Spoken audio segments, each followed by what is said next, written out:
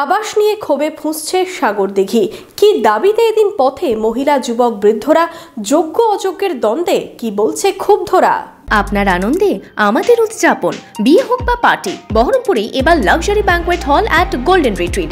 জেলায় একমাত্র pillarless banquet, আছে স্পা, সালন, ক্লাব মেম্বারশিপের সুযোগও। বহরমপুর শিল্প তালুকে গোল্ডেন রিট্রিট।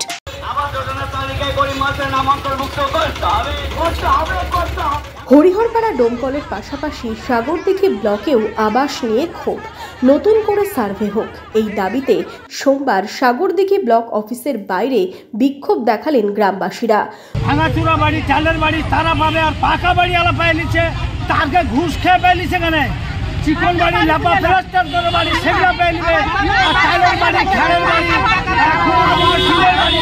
সেগুলো গেলে কাটা যাবে, আর প্লাস্টার করা বাড়ি আলা পেয়ে যাবে। কেন সেটা ভালো করে তদন্ত হোক, ইনকোয়ারি হোক, আর নাম দিলে সবাইকে দিতে হবে। আমি তো প্রতিবন্ধী একটা মেয়ে, আমার বাবাকে আমাকে দিয়ে পানি খাবে? হ্যাঁ, আমার বাবার মতো একটা লোকের নাম কেটে গেছে, তার বাড়ি আছে, আমি হয়তো করেছি, কিন্তু আমার বাবা কোথায় থাকবে?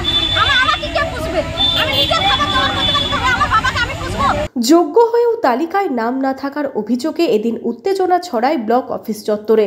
অন্যদিকে এদিন সারা ভারত কৃষক সভার সাগরদিঘি ব্লক কমিটির তরফে আবাস যোজনায় প্রথম খসড়ায় প্রকাশিত তালিকা নিয়ে হয় বিক্ষোভ মিছিল। ব্লক অফিস চত্বরে এসে স্লোগান দিয়ে সুর চড়ান সংগঠনের নেতাকর্মীরা।